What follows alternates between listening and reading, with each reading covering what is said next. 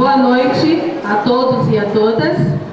Nós gostaríamos de desejar boas-vindas à terceira semana acadêmica do do curso de Serviço Social e da Universidade da Integração Latino-Americana, UNILA, do Instituto Latino-Americano de Economia, Sociedade e Política, LAESP. Temos como tema da nossa terceira edição da Semana Acadêmica reconfiguração do trabalho e da questão da contemporaneidade de seus impactos na formação profissional. Gente, só um minutinho, uma desculpa aqui. Pode vir mais pra frente um pouquinho, por favor? Para vocês poderem escutar melhor o que a gente vai falar? O que os palestrantes vão falar?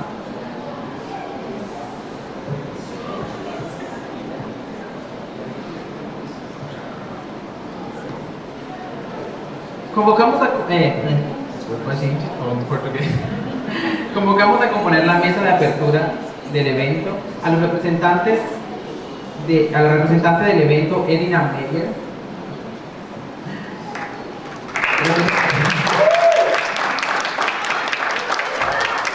representante de la tercera semana académica del curso de Servicios Sociales, Cristiani Sader, representante de la coordinación del curso de Servicios Sociales, el secretario de Asistencia Social del municipio de Foz de Iguazú, Elías de Souza,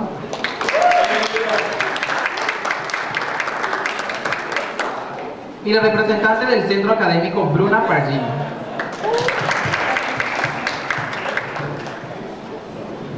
Pueden tomar asiento.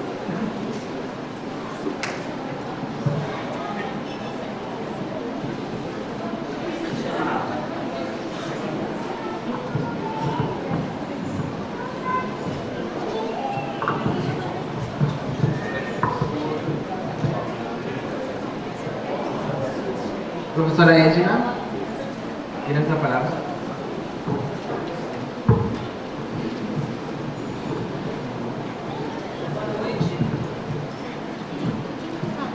Boa noite.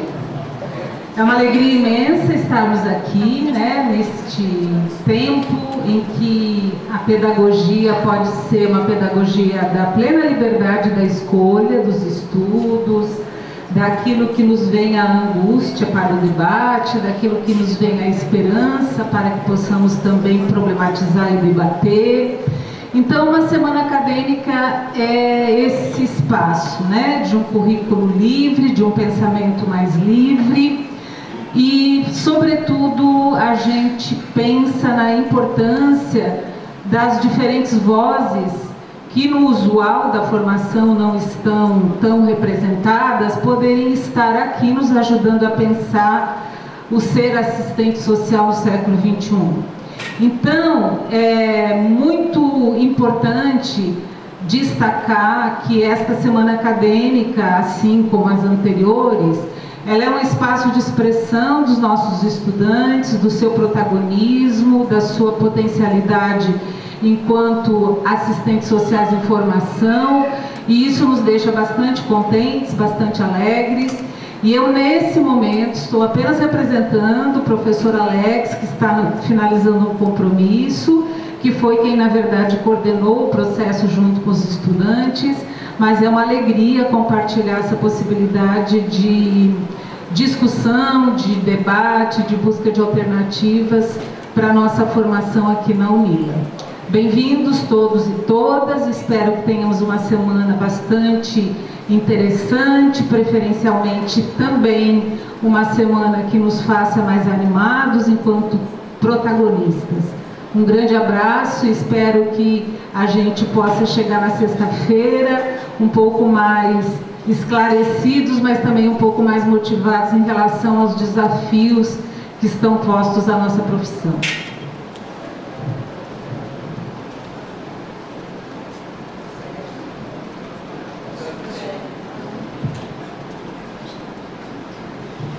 Boa noite a todas e a todos. É uma alegria a gente estar aqui na nossa terceira semana acadêmica do curso de Serviço Social da Universidade Federal da Integração Latino-Americana.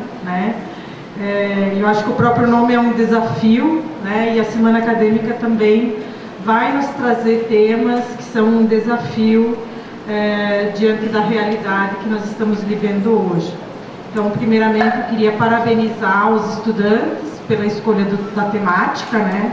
Pela escolha dos palestrantes, a forma de organização, as oficinas, né? E eu acho que foi tudo pensado a partir daquilo que os próprios estudantes vão sentindo como uma necessidade de ser discutida dentro do curso de serviço social e que muitas vezes a nossa grade não tem a possibilidade de oferecer.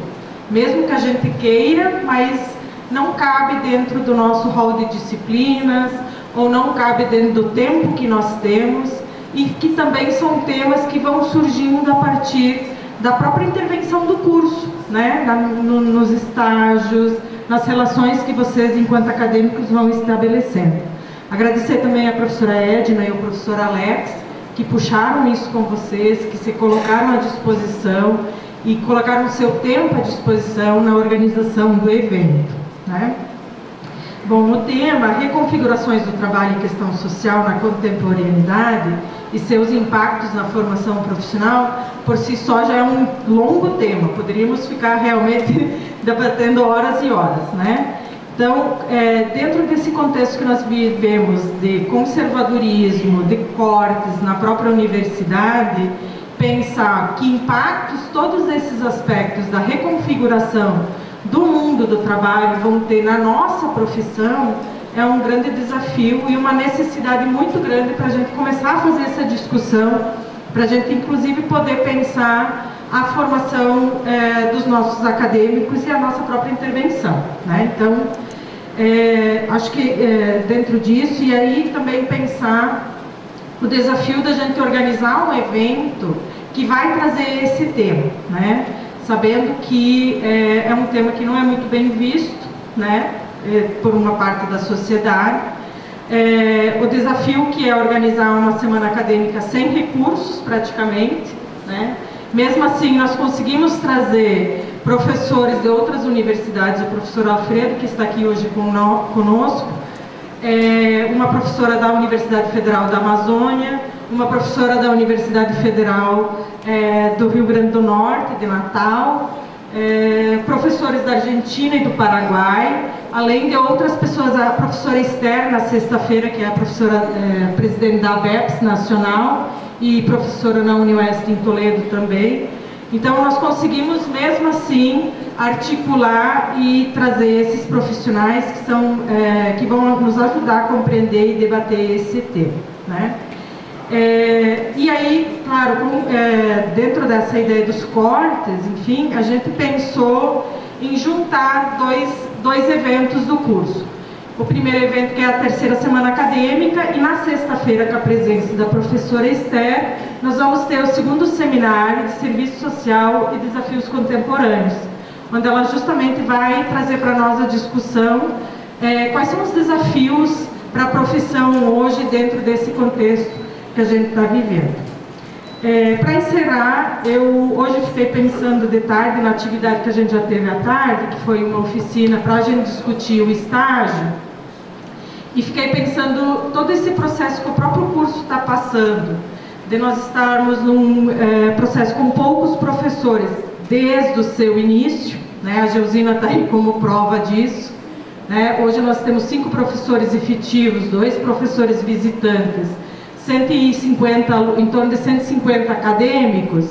Quer dizer, para cada professor nós temos um bom número de alunos, cada professor pode assumir uma turma, né, dos 5 efetivos. Então é muito difícil esse semestre, nós não abrimos campo de estágio, todo mundo sabe disso, o impacto que isso vai ter justamente na formação profissional e na formação e na atuação, postergar a atuação profissional desses estudantes.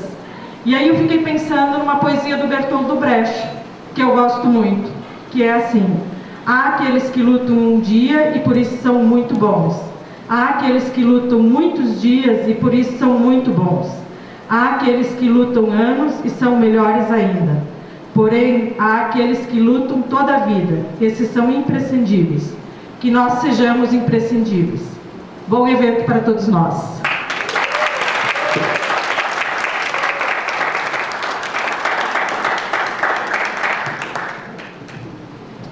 Boa noite a todas, a todos. Cumprimentando a Cris, cumprimentar as demais companheiras de mesa, saudar as e os estudantes do curso de Serviço Social da UNILA, um curso que de alguma forma, lá no início, eu tenho, de alguma forma não, de uma forma muito dura, uma participação, porque fiz parte da comissão de implantação desse curso, né? Então tenho um carinho enorme. Como servidor da UNILA, eu sou um técnico, sou um assistente social da UNILA, né? Hoje eu estou lá emprestado para a Prefeitura Municipal, e eu conheço bem essa rotina de fazer semana acadêmica sem dinheiro, né? Convidar os professores na faixa, ligar, né? Ofícios que vão para a reitoria, que voltam para a reitoria, para a direção do instituto, para a direção de centro, e muitas vezes em tempos que já eram difíceis, mas nestes tempos mais difíceis, né, a gente sabe o empenho que é construir uma semana como essa e, sobretudo, se propor a discutir o que vocês estão se propondo a discutir nesse tempo. Eu tive a felicidade, né, ao longo desses anos de vida profissional, de poder exercer essa profissão nas mais variadas dimensões, né? Eu estive na dimensão do exercício profissional em uma instituição, uma organização da sociedade civil. Eu estive durante 10 anos na docência em uma instituição, uma faculdade privada. Eu estive como assistente social em espaços socioocupacionais diferenciados, né? E hoje estou vivendo a minha segunda experiência de gestão. E isso tudo permite que a gente perceba como o mundo do trabalho, ao longo desses anos, se transforma, como ele coloca desafios para o exercício profissional, como é que nós descobrimos, por exemplo, ou somos chamados, através das nossas requisições socioprofissionais, a intervir em espaços socioocupacionais que se colocam, entre aspas, como uma novidade para nós, ao mesmo tempo que também pude assistir espaços socioocupacionais desaparecendo, né, do processo de intervenção do serviço social.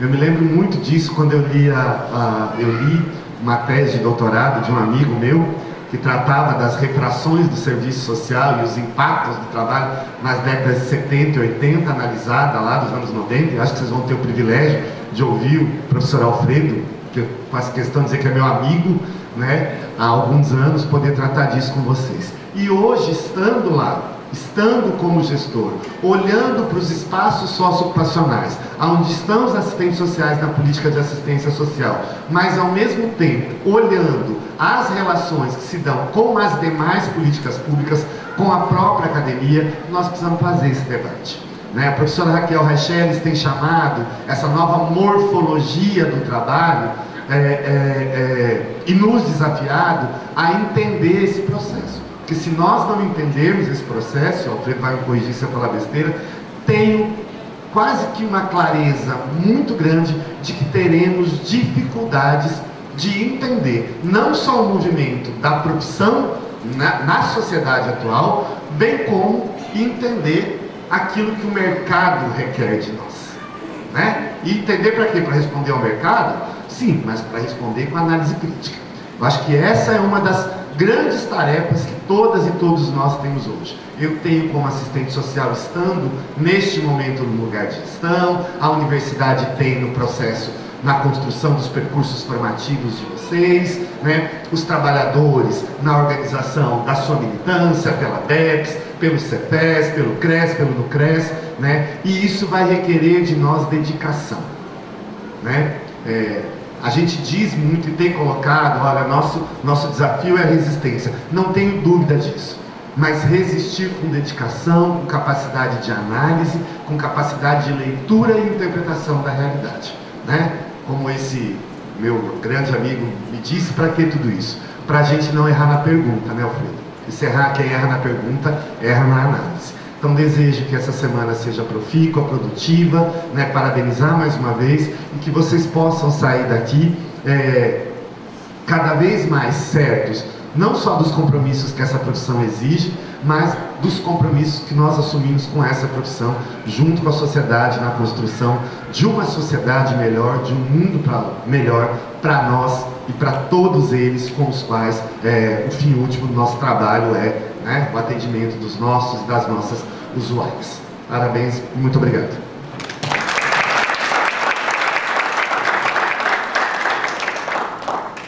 Boa noite a todos e todas aqui presentes na noite de hoje. Primeiramente, eu gostaria de cumprimentar a mesa, a professora Edna, a Elias, a professora Cristiane e estender meus cumprimentos a todos aqui presentes.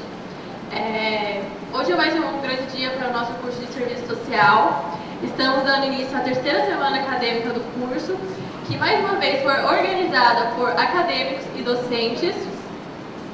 E em nome do Centro Acadêmico Casa Unila, venho aqui agradecer a todos presentes e que todos tenhamos uma boa noite e uma boa semana de palestras, que possamos aprender muito, levar muito conhecimento e trazer conhecimento para aqueles que estão aqui presentes também.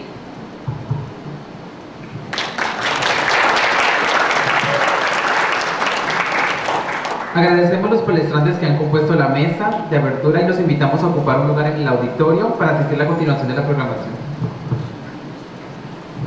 Nós gostaríamos de pedir desculpas pelo nosso atraso, e nós tivemos um problema com o pessoal que vai fazer atividade cultural, com o translado deles até aqui. Então nós gostaríamos de estender o nosso pedido de desculpa a todos que se encontram aqui e pontuar isso, que houve esse pequeno atraso por causa desse translado até aqui do pessoal do Maracatu. E antes que eles se apresentem, eu gostaria de chamar os alunos que estão fazendo uma pesquisa sobre saúde coletiva. Eles estarão falando sobre uma pesquisa que eles estão realizando sobre o desenvolvimento da saúde dos estudantes da Unila. É um prazer para nós contar com a presença de vocês.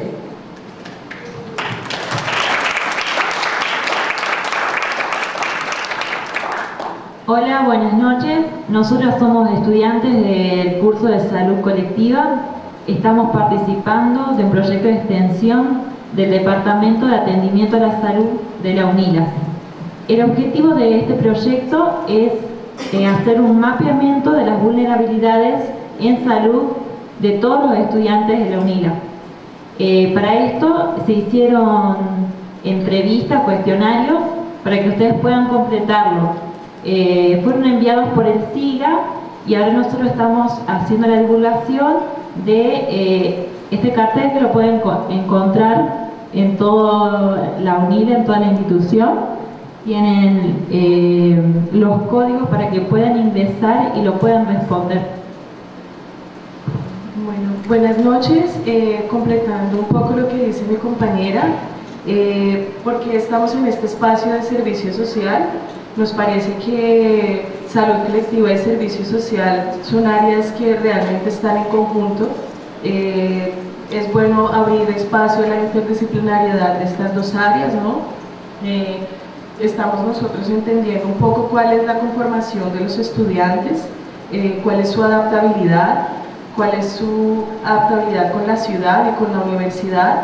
Para esto pues nosotros necesitamos de su ayuda, de su colaboración. Ustedes como curso pues estudian bastante estas técnicas de pesquisa, de investigación, entonces nos parece también a mi compañera que es el momento de que nosotros podamos unirnos por medio de estos proyectos de extensión, ¿no? Podamos lograr esa unión de los dos cursos. Entonces estamos aquí, los invitamos a responder los cuestionarios, a compartirlos, y queremos que por medio de este cuestionario, del mapeamiento que se haga de los estudiantes, quien esté interesado para formular acciones de prevención, ustedes como curso estudian bastante todos estos temas, entonces son bienvenidos también en el proyecto. Les agradecemos mucho y bueno, estamos encantadas de estar aquí. Muchísimas gracias.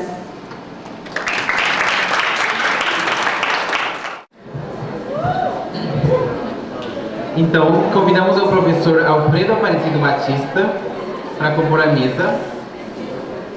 O professor possui graduação em Serviço Social pela Universidade Estadual de Londrina, graduação em Filosofia pela Universidade Estadual do Oeste do Paraná, mestrado em Serviço Social pela Pontifícia Universidade Católica de São Paulo e doutorado em Programa de Estudos Pós-Graduados em Serviço Social da PUC São Paulo. Atualmente É professor associado de nível C da Universidade Estadual do Oeste do Paraná e tem experiência na área de serviço social, com ênfase em serviço social do trabalho, atuando principalmente nos seguintes temas: serviço social, trabalho, questão social, formação profissional e política social. Também é líder do grupo de estudos de pesquisa marxista.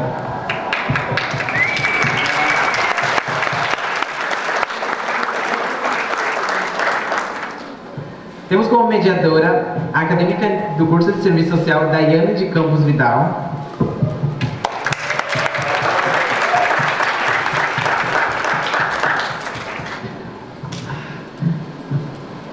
Então agora passamos a palavra para a Daiane.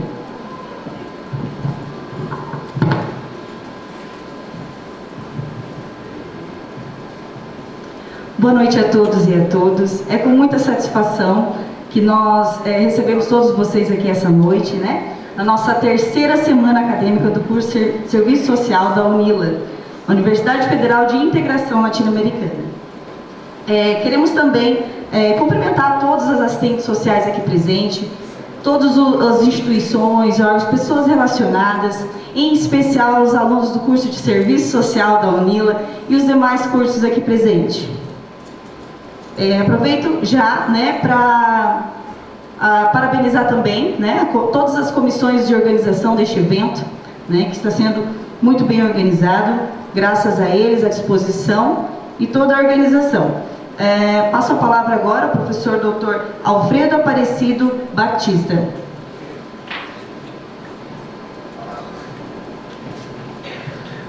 Boa noite a todos, a todas. É com alegria que eu agradeço o convite da equipe organizadora, em nome da professora Cris, em nome do CA dos estudantes.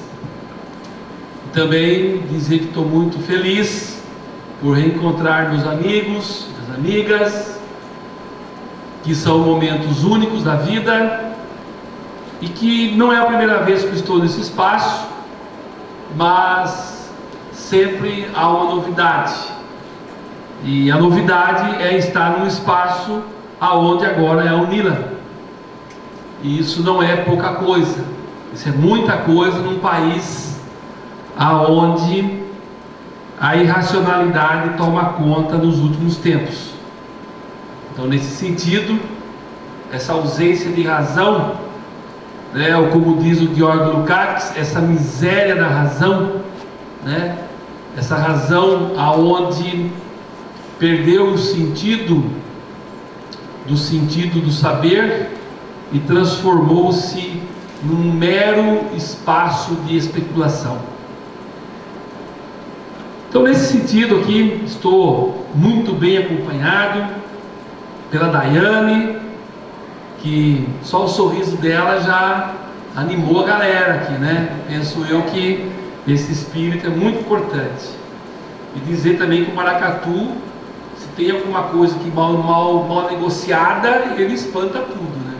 Porque a vibração deles é fantástica, né? Eu já conheci esse grupo, eles são maravilhosos mesmo. Muito bem, segundo a Daiane, eu tenho 35 minutos, né? Bom, como a Cris já anunciou aqui, o tema da fala é um tema que envolveria, no mínimo, alguns anos de bons debates, tratando no campo da historicidade, mas também no campo da crítica da historicidade, né?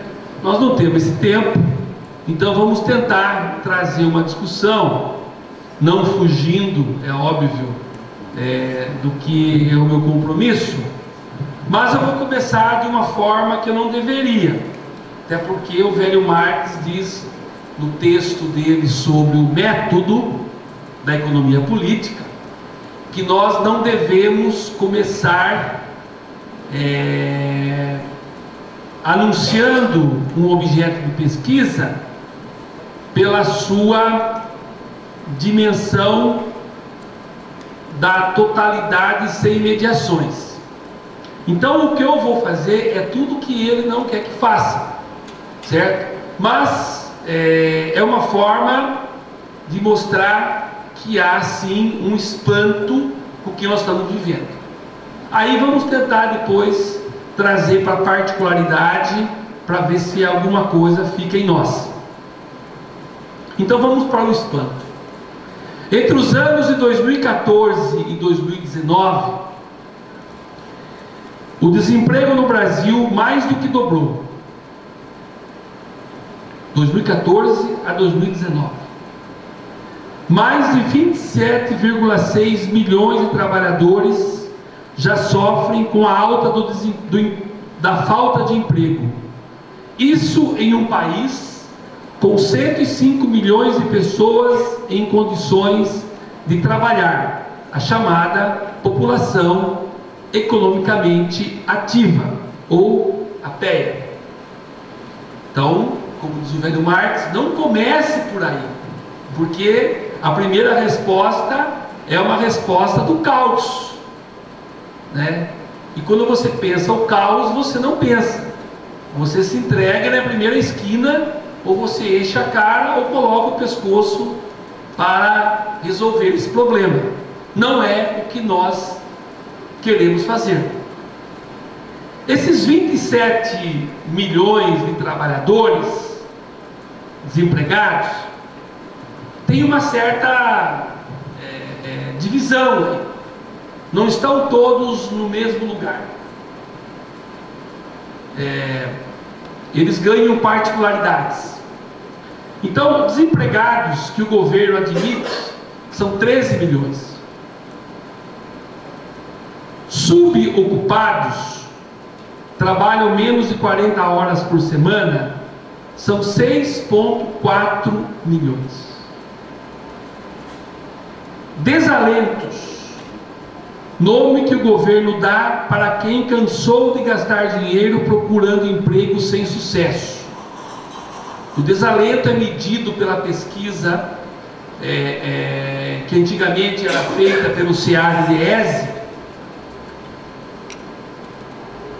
É a pesquisa que vai medindo mais ou menos 6 meses, e depois no 7º mês já percebe que um percentual não volta mais a procurar um emprego, né? E esse nome se dá de desalento, que está em torno de 8,1 milhões de pessoas. Esse é um dos piores dados alcançados na história do mundo do trabalho no Brasil. Indisponíveis, por exemplo, mães ou pais que deixam o emprego para cuidar dos filhos, 3,3 milhões. São aquelas pessoas que põem na balança quanto vai ganhar e percebe que não tem como terceirizar os filhos, a não ser eles mesmos cuidarem e passarem por todas as necessidades as quais vão enfrentar. Porém, é uma situação de que, ao pôr na balança, é melhor ficar em casa. Total, 27,6 milhões de trabalhadores. A fonte é o Instituto Brasileiro de Geografia e Estatística, IBGE. Então vejam que, com esse dado aqui, e eu acrescentando mais um dado, que é o dado que os pesquisadores do mundo dizem que o modo de produção capitalista suporta conviver com 3% do PEA em desemprego. 3%. Mais que 3%, o Estado ele sai do diálogo, do consenso e vai pela repressão. Por isso que a nossa força de trabalho está sendo reprimida todos os dias, das mais diferentes formas. A mais conhecida é que nós temos o maior número de presidiários do mundo quando você faz o proporcional da população e o número de pessoas presas. Pela estatística, nós estamos em terceiro, mas quando você coloca a relação população, pessoas encarceradas, nós somos o primeiro, né? O que significa que é uma forma concreta de você enjaular o desempregado para que ele não cause outros danos à classe dominante, correto? Nas condições mais perversas possíveis. Mas veja bem, está um pouco difícil o título da palestra: Novas configurações do trabalho e da questão social na contemporaneidade e seus impactos na formação profissional. Por que está um pouco difícil? Primeiro, que quando nós vamos estudar os processos de trabalho, da manufatura ao toyotismo, nós vamos perceber que essas novas configurações estão a todo momento presentes. Elas alteram a forma, mas o conteúdo está ali presente. Vou dar um único exemplo: o trabalho em casa feito para as grandes indústrias por produção, por lote, por exemplo. Esse exemplo você vai encontrar no pré-capitalismo na Inglaterra no século XIX. Então, é só para chamar a atenção que no momento presente, se nós formos bem próximo de nós, que é o Fordismo, né, e o Toyotismo, podemos dizer que existe, a partir da década de 90 no Brasil, e com ênfase agora a partir do governo Temer, novas configurações do trabalho. Só que essas novas configurações, não dá para dizer que elas são configurações que já ocorreram ou que são novas. Elas não são novas. A novidade está, em particular, no governo Temer e no governo Bolsonaro, é levá-las para experiências aonde os processos de trabalho não tinham uma relação de força no sentido capitalista monopolista. São forças que ainda não eram mediadas por processos escravocratas, de escravidão. Nós estamos vivendo no país uma nova reconfiguração do trabalho, que não dá para dizer que essa nova configuração ela se enquadra no sentido de reduzir direitos apenas, de reduzir carga horária e reduzir salário. Não, ela está se enquadrando em condições que nenhum ser humano tem o mínimo de possibilidade de suportar. Então, é um novo estudo que daqui a uns 10 anos, talvez, os pesquisadores consigam colocar isso com melhor qualidade. E na contemporaneidade, para mim, contemporaneidade nova é o pós-90. Né? Temos que pensar o pós-90, por quê? Porque é onde dois fatores determinantes ocorrem, no Brasil em particular, mas no mundo. O primeiro são as transformações societárias que ocorreram na indústria, principalmente com a constituição da aplicação de ajustes nas máquinas, com o descobrimento da energia nuclear e da microeletrônica. Isso é uma realidade no mundo a partir da década de 90.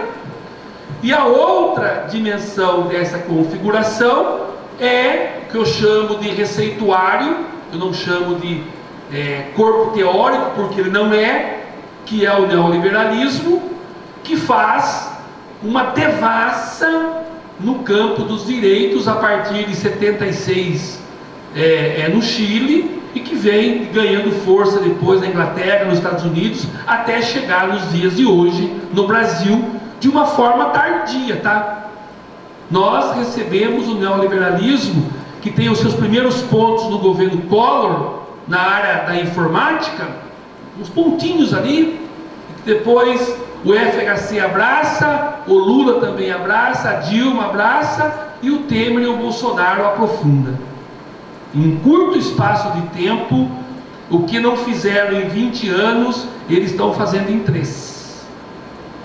Inclusive, se vocês tiverem a paciência de pesquisar todas as leis que foram aprovadas na área social e econômica e política no governo do FHC, lá na década de 90, nos 2 governos deles, e começar a comparar com o Temer e com o Bolsonaro, vocês vão perceber que o Temer e o Bolsonaro não criaram nada.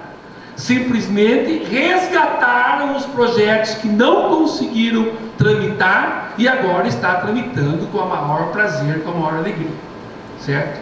Então, só para dizer que não tem nada de novo. Tem a retomada de um processo aprofundado. E os impactos na formação profissional, que eu acho que não é só o serviço social, né? Em todas as profissões, são também o de maior profundidade. Por quê? Porque atinge, em primeiro lugar, a formação profissional. Então, o NILA, 5 professores e 2 colaboradores, né? Isso quer dizer, é inadmissível achar que um curso consegue dar conta disso, né? Ele faz, desdobra, né? Segunda a domingo, aquela coisa que a gente já conhece. Mas também não é só nisso.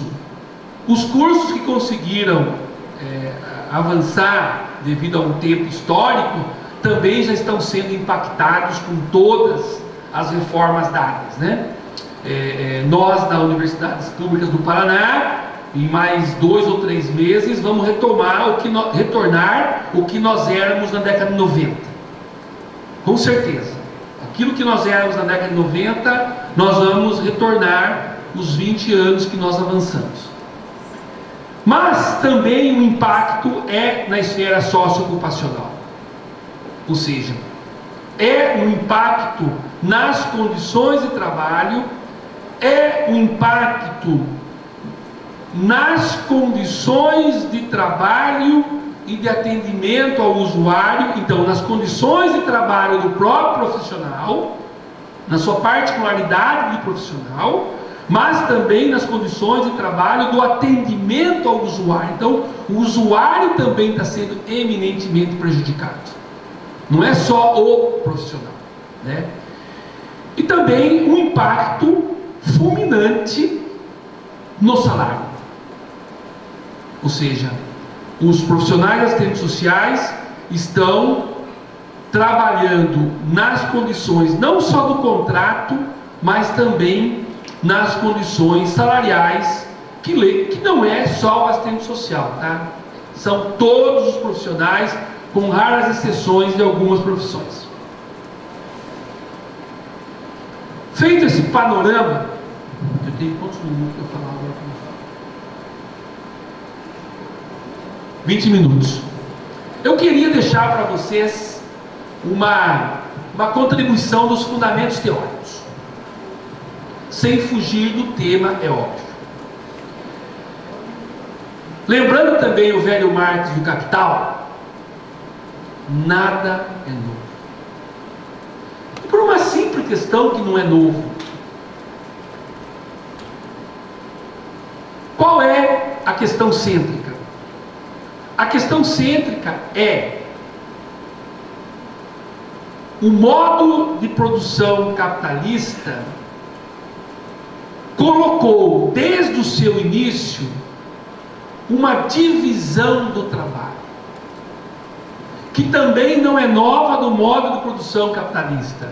Ela está presente desde os primórdios da civilização, mas ela é nova no modo de produção capitalista porque a divisão do trabalho, ela tem 2 grandes campos. Ela tem a divisão técnica do trabalho e ela tem a divisão social do trabalho.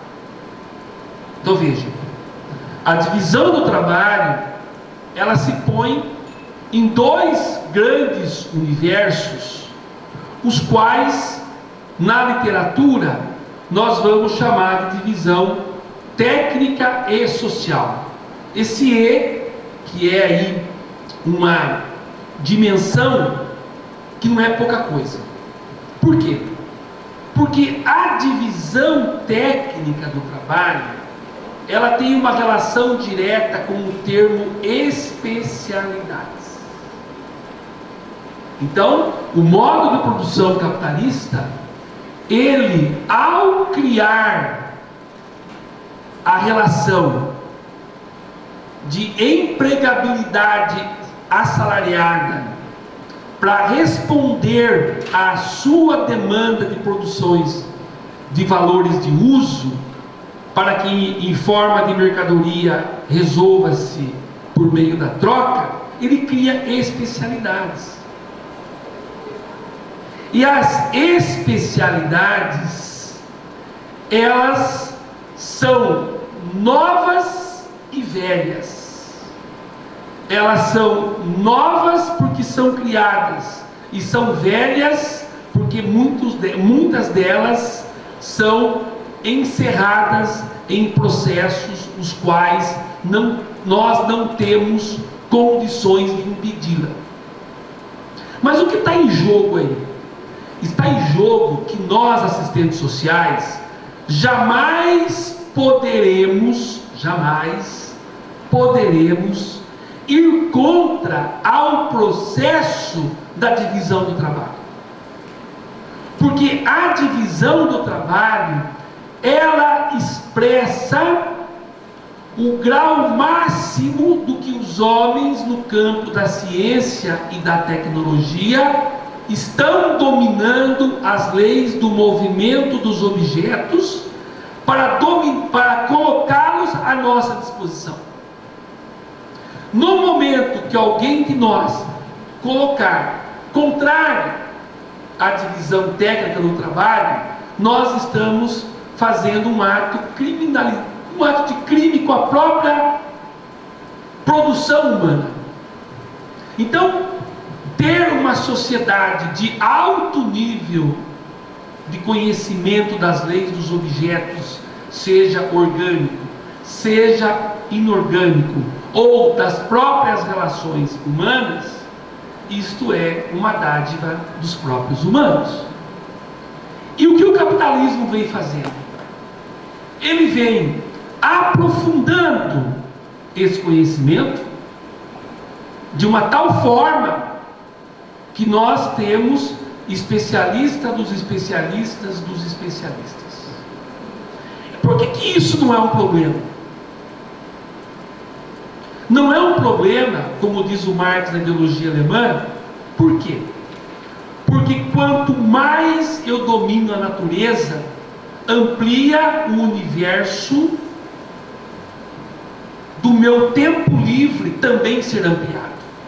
Então veja, quanto mais eu sou escravo da natureza, quanto mais eu dependo da natureza no sentido de não conhecê-la, eu preciso de um tempo maior para dominá-la. Portanto, eu preciso trabalhar muito mais. E o que a ciência e a tecnologia vem fazendo, vem possibilitando cada vez mais que nós possamos trabalhar menos. Bom, esse cara deve estar louco, né? Porque o que eu estou vendo é que, com o campo das especialidades, eu só vejo o desemprego aumentar. O campo das especialidades, eu só vejo cada um saber menos da totalidade dos objetos. Correto? Não é isso que o Marx está falando. O que o Marx está falando agora é da segunda parte da divisão do trabalho, que é a divisão social do trabalho. E quando eu falo em divisão social do trabalho, eu falo em propriedade dos meios fundamentais de produção. Quando eu falo em divisão social do trabalho, eu falo em quem comanda e em quem é comandado. Se o capitalista é o proprietário dos meios fundamentais de produção, é ele que comanda. Se nós trabalhadores somos os proprietários da força de trabalho, nós somos os comandados. Mas aonde está a chave da questão? A chave da questão é que eu não tenho como impedir o desenvolvimento da divisão técnica. E nem posso. E nem devo. No sentido imperativo, não devo.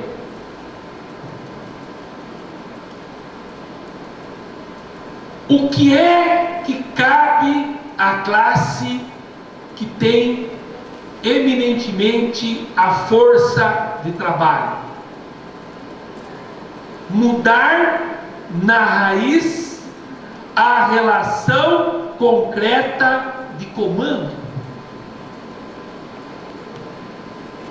O problema está no comando. Então quer dizer que, se nós estamos corretos nesta forma de argumentar, significa que o modo de produção capitalista não é o último, como dizia o Hegel, e nem é eterno. Porque há um campo de possibilidade de nós alterarmos a divisão social do trabalho. E se nós temos a capacidade de alterar a divisão social do trabalho, nós temos capacidade de pôr um novo tipo de projeto para a divisão técnica do trabalho. Então, o que eu quero dizer no linguajar mais próximo de nós, se nós começarmos a discursar, a encaminhar que a divisão técnica do trabalho é um problema para a sociedade, nós vamos estar no coro dos capitalistas, porque é isso que eles querem nos ouvir.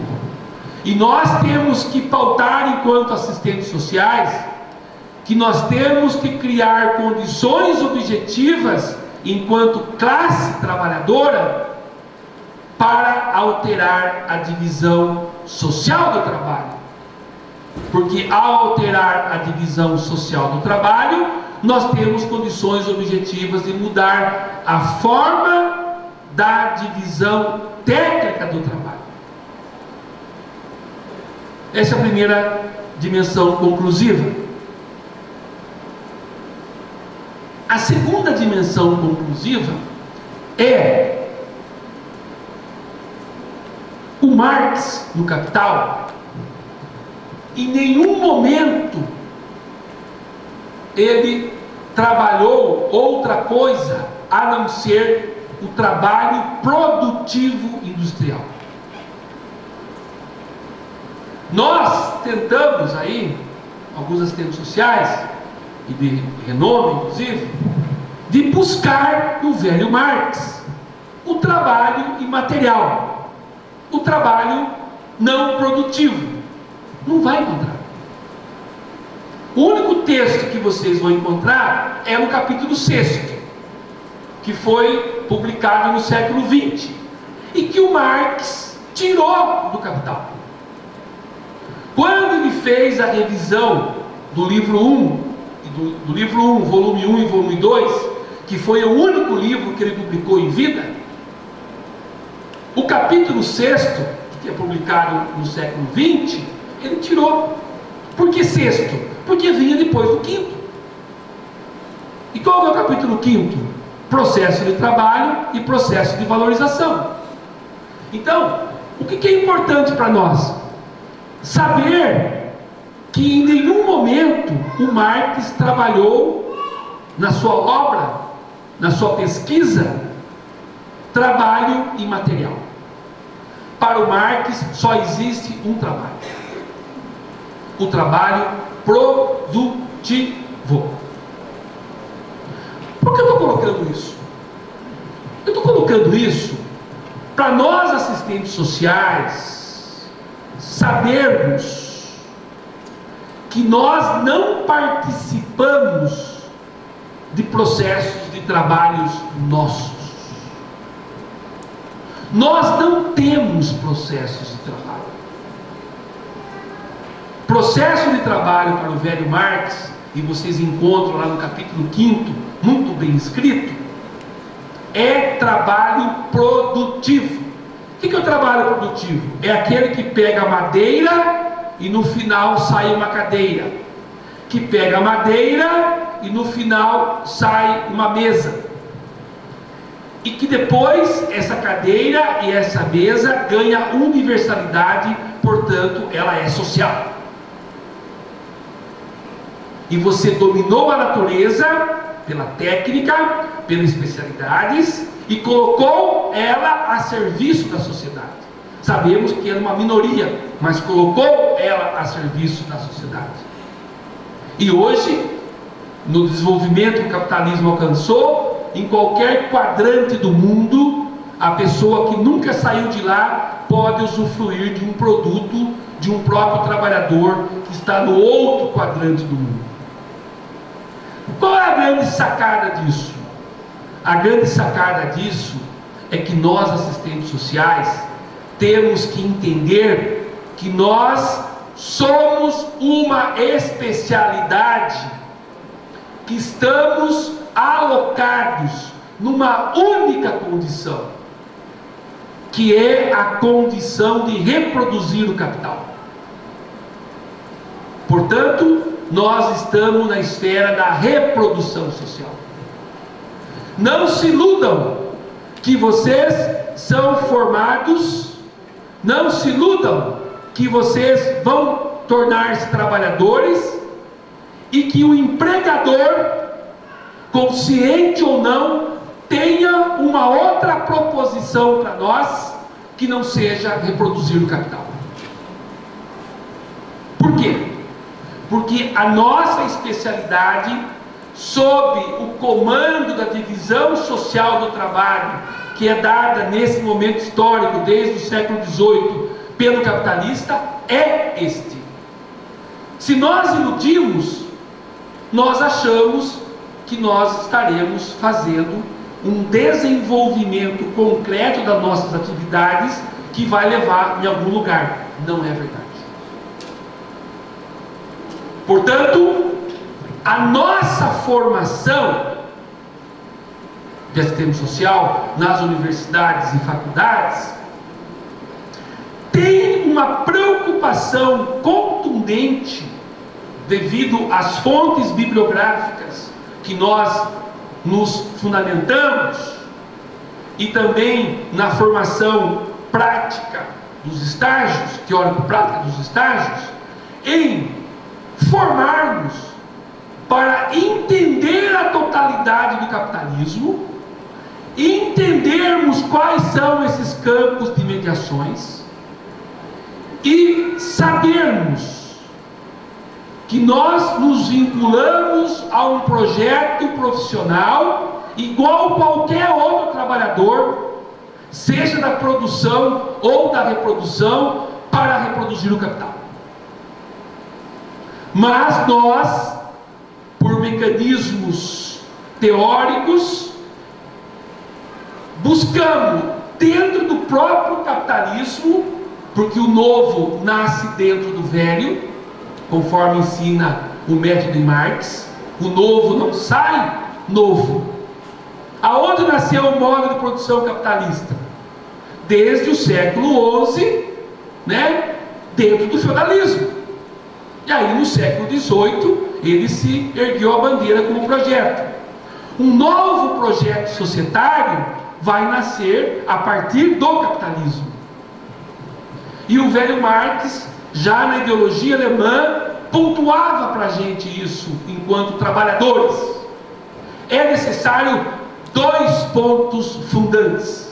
O primeiro, não se faz revolução com miséria. Não se faz. Miséria só produz miséria. Portanto, é necessário que as forças produtivas, as máquinas, a ciência e a tecnologia estejam em alto nível para que no dia seguinte nós tenhamos condições de produzir, no menor tempo possível, todos os bens necessários para uma sociedade. Tanto que se o Marx estivesse vivo, jamais ele apoiaria a tese de fazer a Revolução Russa. Miséria só produz miséria. Não estou aqui discutindo a Revolução Russa, estou dizendo o princípio de como pode nascer algo novo. E a segunda questão que o Marx coloca, e aí entra o serviço social de forma brilhante, e eu acho que nós fazemos esse papel com todos os problemas que nós temos, que é construir um novo homem. Não se faz nenhuma mudança social com um velho homem. Precisamos construir um novo homem. Um homem, no caso, um ser social, que tenha a compreensão de que tem um outro, de que ele pertence a uma espécie e ao gênero humano. Nós temos que criar um novo homem que entenda que só há uma solução concreta de sociedade, de socializar a riqueza e não socializar a miséria. As políticas sociais às quais nós estamos vinculados, todas elas têm um papel histórico fundante, mas é socialização da miséria, não é socialização da riqueza. É só pegar o percentual do que é um PIB e qual é o PIB que vai para o âmbito das políticas sociais, e qual é o PIB que vai para as políticas empresariais, né? Por que todo o governo anterior aí, o Temer e o Bolsonaro, quer cada vez mais deixar-nos sem nenhuma política social? Então, já que é uma luta pela miséria, para que vocês querem? Porque há uma disputa do fundo público. E como eles querem nos colocar na situação de escravos, no sentido estrito da palavra, é importante que a gente vá ao fundo do poço, e nós reagimos. Então, para fechar, deu, né? Para fechar, nós, assistentes sociais, estamos numa divisão técnica do trabalho. Portanto, nós não somos trabalho produtivo e nós não possuímos processo de trabalho e nós não temos e nunca teremos um produto do trabalho. Ponto número 1. Ponto número 2. Nós somos profissionais vinculados à esfera da reprodução e é nessa esfera que nós contribuímos para formar um novo homem. É nessa esfera. Sabe por quê? Porque, não vou ficar falando aqui de dimensões muito teóricas que não vai levar a lugar nenhum nesse momento, mas nós trabalhamos na esfera da teleologia secundária.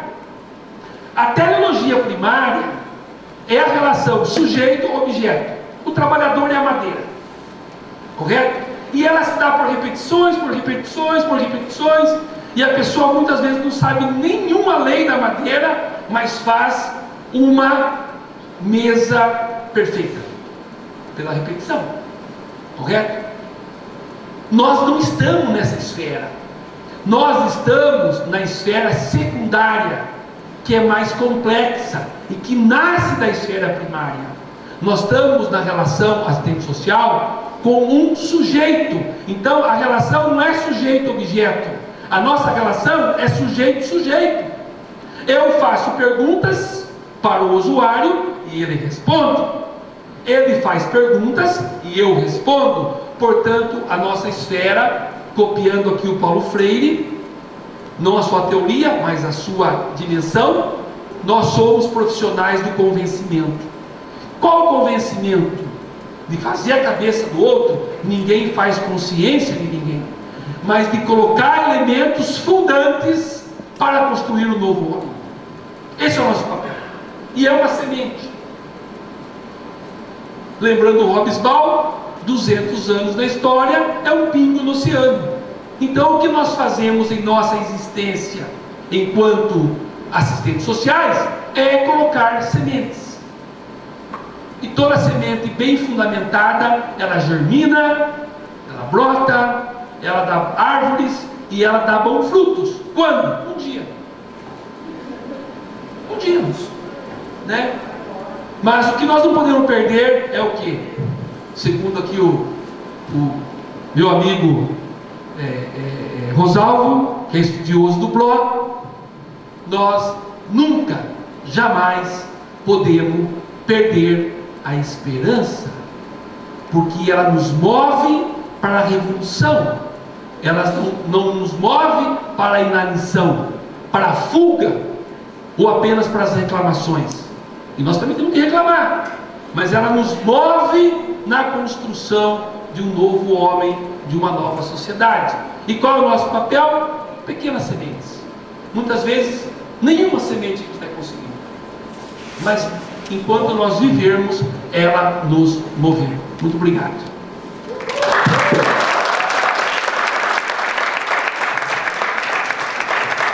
Obrigada, professor Alfredo, né, pelas suas provocações tão necessárias, né, para que nós, estudantes, assistentes sociais que aqui estão, poder refletir, né, sobre o processo de trabalho.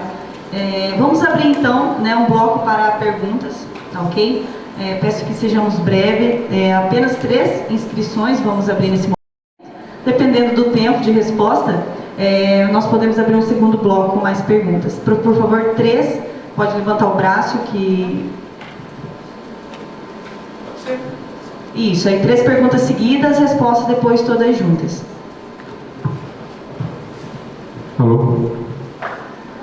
Olá, boa noite, eu sou Felipe, estudante de Serviço Social, 4º período, e colaborei aí na construção da semana acadêmica e também na proposição do tema.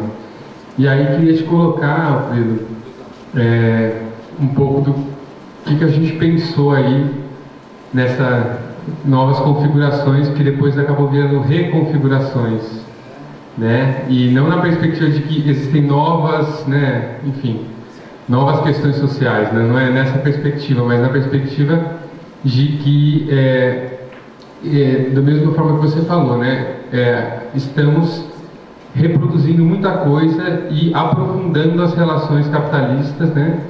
E nesse sentido, os aparatos de fuga, né?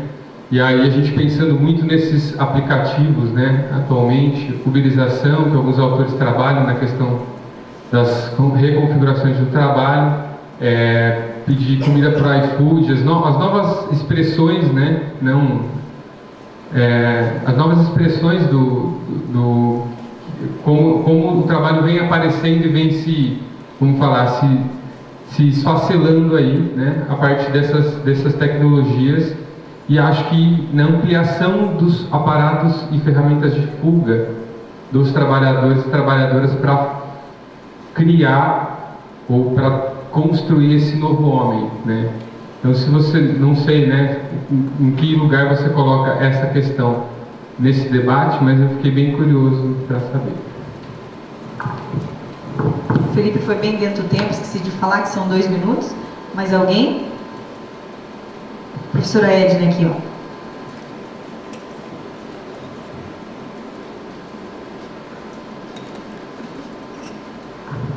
Obrigada, Alfredo, por fazer me lembrar de que 30 anos atrás a gente discutia a função pedagógica da nossa profissão, né? E entendendo isso tão profundamente quanto tu colocou agora, eu me questiono, e aí também fico curiosa pela tua percepção, eu me questiono do nosso papel, seja na perspectiva de intelectuais orgânicos, educadores populares ou qualquer outra dimensão dessas, mas me preocupa bastante a ausência do debate mesmo acerca deste papel ou desta função social. E, em resumo, um pouco me vem como uma pedagogia mesmo, uma função pedagógica. Acho que falta lastro para a gente compreender isso. Acho que nos falta, inclusive, entender melhor os processos da educação, como se aprende, como se forma, enfim, um profissional. E penso muito na minha caminhada com a educação popular e o quanto eu entendo que a educação popular é um caminho altamente pedagógico para essa criação do novo ser social. Então, queria um pouco teus comentários a respeito.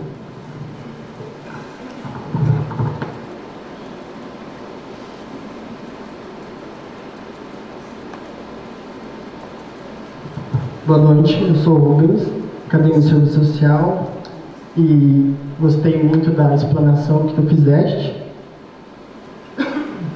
E gosto muito das categorias em que o tio Marx ele evidenciou do capitalismo, mas eu, enquanto brasileiro, tendo uma historicidade de miscigenação, quando eu enxergo, quando você fala no sujeito, eu não consigo enxergar a minha identidade sendo representada, sabe?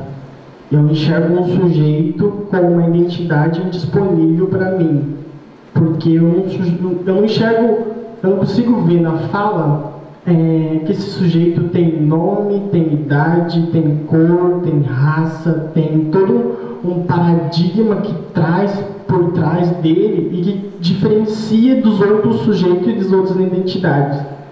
Então, enquanto eu, assistente social, espero daqui a uns anos, como que eu vou enxergar na minha teoria para me posicionar na prática, sendo que na minha teoria os sujeitos, eles não têm nome, eles não têm cor, eles não têm gênero, eles são uma coisa só para o capital.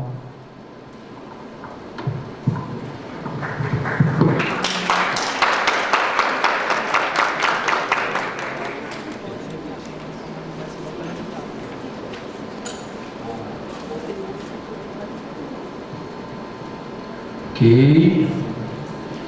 Bom, agradeço ao Felipe, a Edna e o Rubens pelas 3 questões. Vou também tentar ser breve, porque o tempo é breve, né? Bom, a questão do Felipe, eu vou me remeter ao livro do Carlos Nelson Coutinho, Estrutura e Miséria da Razão. O que o Carlos Nelson Coutinho traz para nós? Ele traz para nós uma síntese de que o iluminismo, toda a construção iluminista, ela se fundou em três grandes categorias, certo? Com vários autores diferenciados, mas 3 grandes pilares, vamos dizer assim, se estruturaram. O humanismo, primeiro pilar. O historicismo, então história não só datada, mas história em movimento, contraditória, e a dialética, mesmo a dialética lógica hegeliana. Esses 3 grandes pilares que que moveu quase todos os iluministas, teve um dia que as universidades abriram concurso para que as pessoas pudessem concorrer e seriam premiadas. Isso vocês vão encontrar no primeiro discurso do Rousseau, que foi o prêmio que ele ganhou. O que a ciência, as artes e as letras contribuíram para a ampliação da humanidade. E todo mundo esperando, que os textos viessem sobre essa ótica afirmativa. E o Rousseau ganhou o prêmio. O texto dele foi premiado, aonde ele mostra que a razão, a ciência, as artes e as letras foram algo extremamente fundante para essa criação do sujeito que o Rubens está abordando aqui. Porém, a classe dominante, por isso que eu fiz questão de pautar na divisão do trabalho, a divisão social do trabalho, ela desde aquele momento já nos envolviam com coroas e flores encobertas em armaduras. O que ele quer dizer com isso? Que era um campo de falácias, um campo de mentiras, para que nós acreditássemos que a ciência, as artes e as letras teriam uma direção concreta para todos, e que isso seria um processo de libertação. Fazendo um paralelo com o que você coloca nos dias de hoje, né, trazendo aí 300 anos para cá, as novas ferramentas da ciência e da tecnologia, elas nos são apresentadas como uma resolução para o humanismo, para a história e para o novo homem. E nós todos compramos essas ferramentas, que para uma minoria que sabe compreendê-las, elas são fantásticas, mas a maioria absoluta já está entrando numa dimensão robótica da coisa. Eu vou explicar isso de um livro de um alemão. Há 3 elementos constitutivos que estão presentes nesses instrumentos, Felipe, do trabalho cotidiano, e que nós usamos o tempo todo: a televisão, o computador e a internet e suas ramificações. E o que esses componentes estão fazendo? Esses componentes estão conseguindo destituir nós, homens e mulheres, nós homens seres sociais, de algo que é culturalmente construído: a sensibilidade humana. Nós estamos relacionando com as pessoas da mesma forma que nós estamos relacionando com as máquinas, mas não é porque nós queremos fazer assim, nós estamos sendo programados a fazer assim. E o Carlos Nelson Coutinho, nesse livro, que ele escreveu em 72, ele nem tinha noção que ia chegar essa revolução concreta, material. Ele coloca: o capitalismo, desde a sua origem, aperfeiçoou 2 dimensões cotidianas que o assistente social é quase especialista nisso: a burocracia e o pragmatismo. Então, na nossa formação, todos os dias, Felipe, os alunos querem que a gente dê receitas para que ele possa resolver por aquele instrumento que está no computador, aquele formulário, e pelo pragmatismo, que é hoje o que eles querem fazer com os assistentes sociais da Previdência. Quantos relatórios você preencheu no dia de usuário que ligou para você? Só que aonde está a dimensão, que já vou pular depois para a terceira questão, e depois eu volto à segunda, da subjetividade humana. Rubens, o capitalismo nunca pensou em subjetividade humana. Sabe por quê, Rubens? Por uma questão muito simples, meu querido. Todos nós somos uma mera mercadoria, e toda mera mercadoria é objeto. Se é objeto, não tem subjetividade. Só que, como diz o velho Marx, Rubens, a contradição está presente. Por quê? Como que o capital vai deixar de ter o personagem especialista, assistente social, psicólogo, pedagogo? Não vai conseguir. A chave está conosco, Rubens.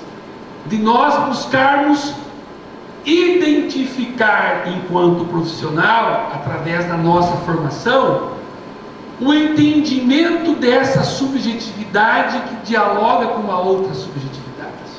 Só que nós estamos buscando, ao invés de compreender esta subjetividade que dialoga com a outra subjetividade, nós estamos buscando receitas burocráticas e pragmáticas. E nós não vamos chegar a lugar nenhum, a não ser num divã, né? Ou, mais fácil, num psiquiatra. Como já dizem, todo mundo já tem um remedinho psiquiátrico na nossa bolsa.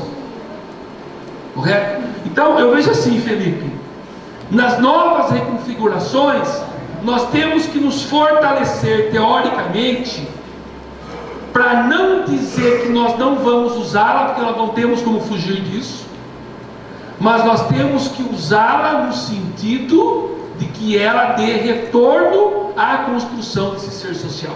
E que não é fácil mesmo, é um exercício. E acho que nós não estamos sabendo fazer. Tá? Nós estamos igualzinhos àqueles que não estão nas nossas áreas. Queremos buscar produtividade. Mas também, como diz o Carlos Nelson Coutinho, nós também temos que buscar na nossa formação, nos nossos conteúdos, qual é o nível de humanismo que nós estamos construindo. Qual é? E quando eu falo humanismo, é no humanismo no sentido de novo homem. Qual? Não estou vendo. Poucas universidades, a tal ponto que a distância já nos engoliu, né? Já nos engoliu. Bem, a classe trabalhadora, Rubens, ela só tem identidade de sujeito para nós mesmos, nunca para o capital. É só você ver a reforma trabalhista. Trata-nos como se nós fôssemos de espora, que é um galo, ou daquela parte de ferradura dos animais, né? Dizendo, olha como ela é brilhosa, né? Brilhosa é produção. Então nós, assistentes sociais, temos uma configuração aí fundante, mas também quero dizer para vocês, Felipe e Rubens, que, e lembrando o Zé Paulo, não nos sonhamos muito, porque o nosso sujeito, ele já se perdeu há muito tempo quando ele chega aos serviços relacionados às políticas sociais. Se nós podemos chamar aquilo de sujeito, Rubens, eu concordo com você, é um pouco de ofensa, porque ele já perdeu quase todas as dimensões mínimas de sujeito. De sujeito que se tem dimensões éticas, morais, dimensões abstratas, de abstração, dimensões de religiosidade, dimensões de afetividade. Ele já perdeu, mas ele cai na nossa área.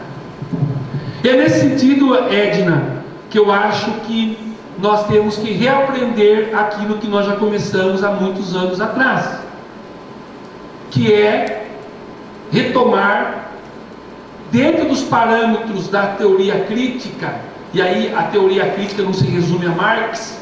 Marx é um dos pensadores, tem centenas que trabalham na perspectiva crítica. Eu que sou um dinossauro que não consigo sair dele, né? Até por causa da idade, não sei, né? Vou pelo Lukács, mas o Lukács é o Marx do século XX, então sou meio engessado. Mas tem centenas de teóricos nas diferentes áreas que nós podemos nos embeber, né? Na psicologia temos o Vygotsky, o Laurel, né? Os outros. Na educação, só no Brasil tem dezenas de trabalhadores que fazem a gente mudar ou aperfeiçoar nossa forma de ser, pensando nesse novo homem. Então, Edna, nós temos que reaprender sim, porque nós não estamos dando conta desse embate que está imposto. Okay? meio rápido, é um pouco isso. Olha, como nós temos um pouquinho de tempo, é possível abrir para mais uma questão. Professora Elisa. Professora Elisa. É o costume, não é verdade? Mas essa é uma característica do capitalismo. Dedicar as pessoas não. O Alfredo, como sempre, é, além de um prazer, um privilégio poder te ouvir. E acho que você faz algumas provocações importantes,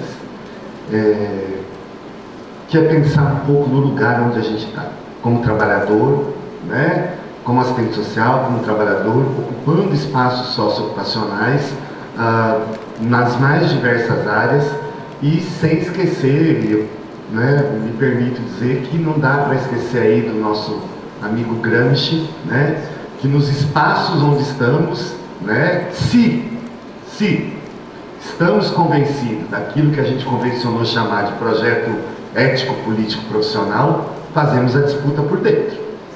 E aí, nesse sentido, pensar, me chama a atenção na sua fala, e agora no final você respondeu para a Edna, pensar o significado social da profissão. Né? Está no campo da reprodução social, com esta possibilidade de construir, contribuir no surgimento desse novo sujeito, também significa estar convencido disso para fazer isso. E aí nós estamos um espaço, na minha avaliação, de privilégio, porque nós estamos na trincheira. Quem tem contato com esse sujeito, com esse outro, em muitas dimensões, resguardadas as devidas proporções, somos nós. E aí me chama a atenção a ideia, que eu acho que a gente tem que fazer a pergunta, né? Yolanda já dizia isso, eu aprendi muito isso com você. Qual é o significado social dessa profissão no campo da reprodução social? Se a gente não entender isso, Alfredo, vai ficar muito difícil, né? Primeiro, a gente retomar essas estratégias, né, que você acabou de falar aqui, e segundo, a gente entender a nossa capacidade e a nossa função nesse processo. Se não conseguir entender na esfera da reprodução social do modo de produção capitalista, não entender as contradições que nos afetam diretamente pela própria natureza da nossa profissão e não compreender o significado social da profissão, não dá para contribuir com a construção desse novo sujeito. E, sobretudo, se não entender do ponto de vista da perspectiva desta profissão que nós estamos falando aqui, e não das outras profissões que se dizem como esta, né, e se colocam no mesmo campo. Desculpa, mas acho que é isso. O seu Ayrton ali, eu acho que a gente vai deixar o professor Alfredo apertado com o tempo de resposta, mas... Ayrton, esse aqui o Elis? Não é. Cabe apertado, mas... Então, meu nome é Ayrton Foss. Quanto mais tecnologia, mais desemprego, o professor vinha colocando antes.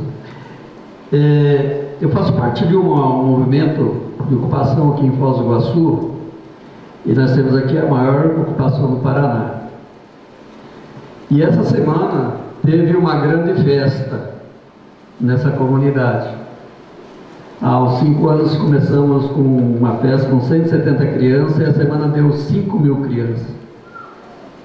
O professor Elias estava lá, né? Foi uma loucura. Como entender? Por exemplo, estava lá parte da sociedade de Foz do Iguaçu nesse dia histórico presente. O prefeito, a dama, a polícia civil com todo o seu aparato, todo o seu armamento, mostrando para a comunidade quem tem força, a polícia militar presente, guarda municipal presente também. Ontem à noite eu estive de volta lá e conversando com algumas coordenação, e eu falei que eles muito satisfeitos na comunidade pela forma com que a comunidade iguaçuense contribuiu. E eu fiz um contraponto dizendo que aquilo lá não levava a muito lugar, era uma festa para as crianças, mas nós tínhamos que pensar diferente, porque não conforta um dia de festa para as crianças. Para eles é festa, mas para nós temos que ter um outro olhar. Eu queria saber, professor, como a gente pode fazer como assistente social, e eu quero trabalhar com essa militante, para mudar esse pensamento junto à comunidade, porque eles não têm muitas informações teóricas como nós temos. Então, eu gostaria que desse uma pista também para ele trabalhar esse pessoal lá na comunidade também, né? Diante de toda essa realidade que se vive hoje, né? Cada vez pior.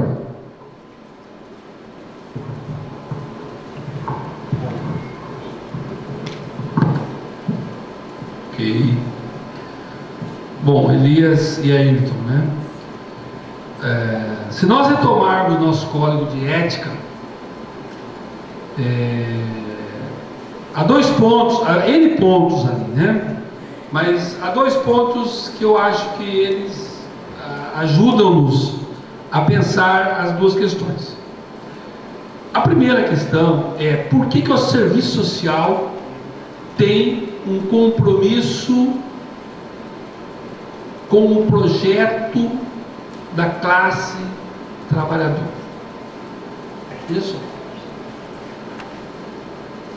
O compromisso com o projeto da classe trabalhadora, ele é muito simples de ser entendido, ele não é complexo. A palavra compromisso. Porque somente a classe trabalhadora tem um compromisso histórico de criar um novo homem. O capital, ele nem nos reconhece como ser. Se o capital nem nos reconhece como ser, como que ele vai ter um projeto de construção de uma nova humanidade? O que ele tem é o que está aí, a barbárie. Esse é o compromisso dele. 6 famílias que mandam no Brasil. Lá, depois da queda de Roma, o que fizeram os novos dominantes que criaram o feudalismo? Pegaram todos os escravos aonde estavam compondo e camponeses e fizeram uma divisão de terra. Naqueles moldes que nós conhecemos na literatura, mas fizeram uma divisão de terra. O que fez o Brasil pós 1888? Disse para todos os escravos: a rua é a tua felicidade, seja feliz. A estrada, né? Seja feliz. Sim, mas eu não tenho terra, não tenho ferramenta, não tenho casa. Como que eu vou ser feliz?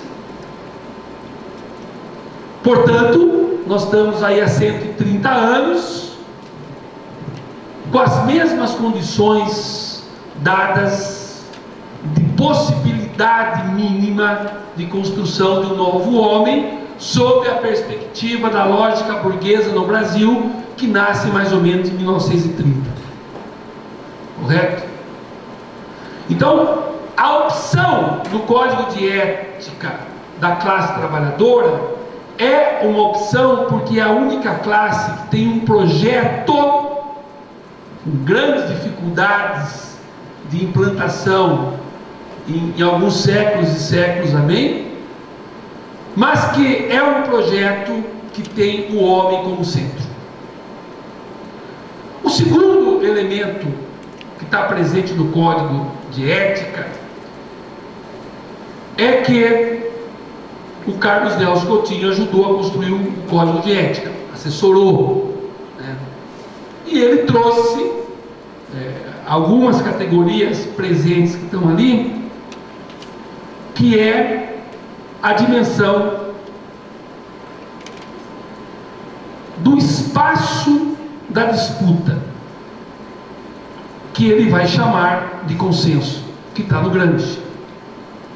Correto? Nesse sentido, Elias, nós, assistentes sociais, se nós não compreendermos qual é o papel social da profissão, fundado principalmente no nosso Código de Ética, com todos os problemas que ele tem, já tem problemas de sobra ali já, certo? Mas ainda ele é um pilar que destoa de todas as demais profissões, eu acredito que nós vamos bater cabeça e nós vamos nos degradar, nós não vamos conseguir avançar. Então, a primeira pergunta que eu acho que nós temos que pôr é: o capital nos leva à barbárie.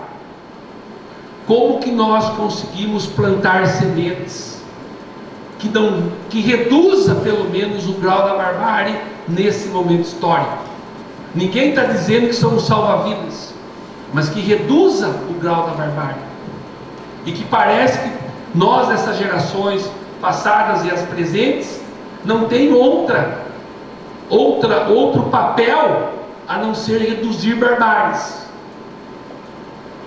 Não dá nem para pensar em processos emancipatórios. Olha a desgraça que nós estamos metidos. Nós estamos metidos num tempo histórico que, ao invés de eu pensar em ações de emancipação, eu tenho que pensar todos os dias em ações de redução da barbárie.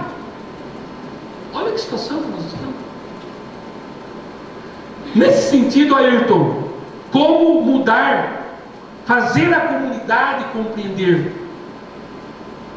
É só na pedagogia cotidiana de acertos e erros e trazendo ela para junto como sujeito dos processos, e não como fez, com toda a crítica aqui, alguns projetos sociais dos governos anteriores, que teve grande dificuldade de dialogar com a sociedade para discutir minimamente uma única categoria: o que é direito burguês.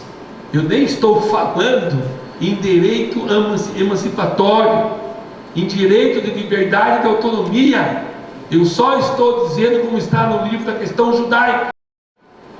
Olha, diz o velho Marx, isso que vocês estão lutando aí são direitos burgueses.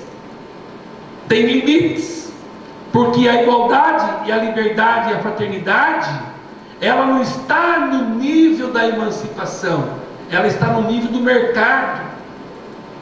Então, achar que vocês vão muito longe, não vão, mas não desistam. Não desistam.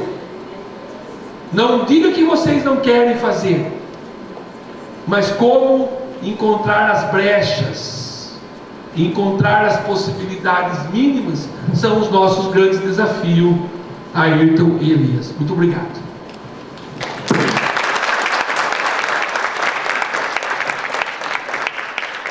Bom, nós queremos agradecer novamente, né, pelo seu aceite, né, ao nosso convite. Sinta-se muito acolhido, sinta-se em casa aqui na Unila, tá? Volte sempre. E nós também queremos, né, devido ao contratempo que nós tivemos, para que os nossos convidados, participantes, não se sintam desmotivados a fazer mais perguntas nas outras mesas que vamos ter durante a semana. Vamos ter mais tempo para fazer mais perguntas, tá? Aí seria isso. Muito obrigada.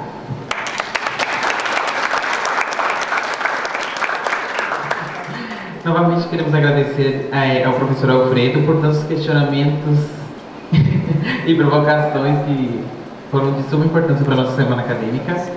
Também queremos agradecer ao secretário de Assistência Social, Elias Souza, por sua gentileza em participar da nossa terceira semana acadêmica do curso de Serviço Social. Muito obrigada.